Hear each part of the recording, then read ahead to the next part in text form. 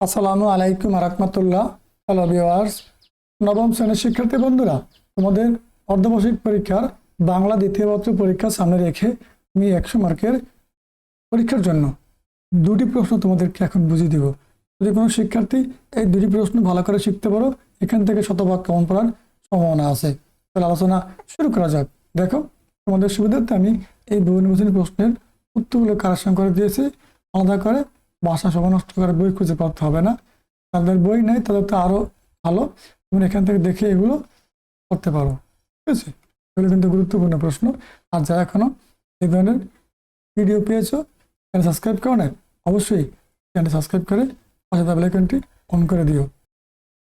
প্রিয় শিক্ষার্থীরা, দেখো, আরও একটি চমৎকার প্রশ্ন উত্তর সহকারে তোমাদের সুবিধার্থে আমি এখানে বুঝিয়ে দিয়েছি। তোমরা জাস্ট একবার দেখে এই প্রশ্নগুলো প্র্যাকটিস করো। শতপক্ষ অনুপযোগী প্রশ্ন, এগুলো পরীক্ষা আসবে। ঠিক আছে প্রিয় শিক্ষার্থীরা, আর তোমাদের সকল বিষয়ের সাজেশন, ধারাবাহিক ক্লাস, লাইভ ক্লাস এবং মধ্যভিত্তিক আলোচনা তোমরা আমাদের চ্যানেলে নিয়মিত পেয়ে যাবা। যারা এখন দেখো না, ভিজিট করে দেখে নিতে পারো অন্য বিষয়ের ক্লাসগুলো। তাহলে চ্যানেলটি এখন আর দেরি না করে সাবস্ক্রাইব করা হলো, পাশে থাকা বেল আইকনটি অন করে দিও। ঠিক আছে, আমরা তোমাদের সামনে নিত্য নতুন ভিডিও নিয়ে চলে আসবো। ভালো থাকো। এবার আমরা লিখিত অংশের প্রশ্নগুলি নিয়ে আলোচনা করব। তাহলে আলোচনা শুরু করি। রচনামূলক অংশ, আমার 2 ঘন্টা 30 মিনিট। প্রথমে আছে অনুচ্ছেদ রচনা করো, বসন্মুখ সন্ধ্যা অথবা জাতীয় পতাকা।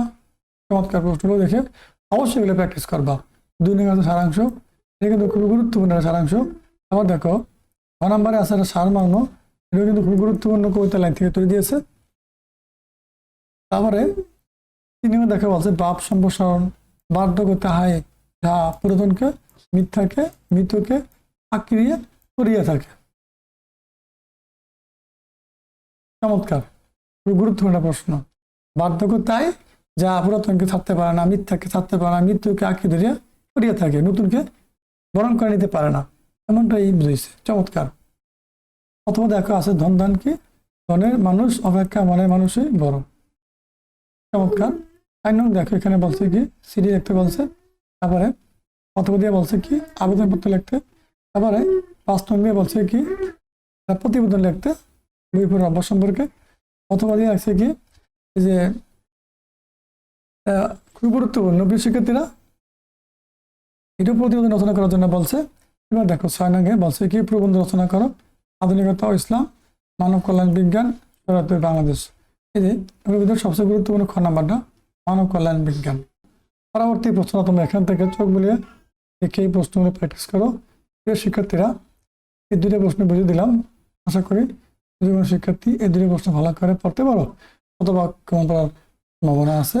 তাহলে সবাই ভালো থাকো।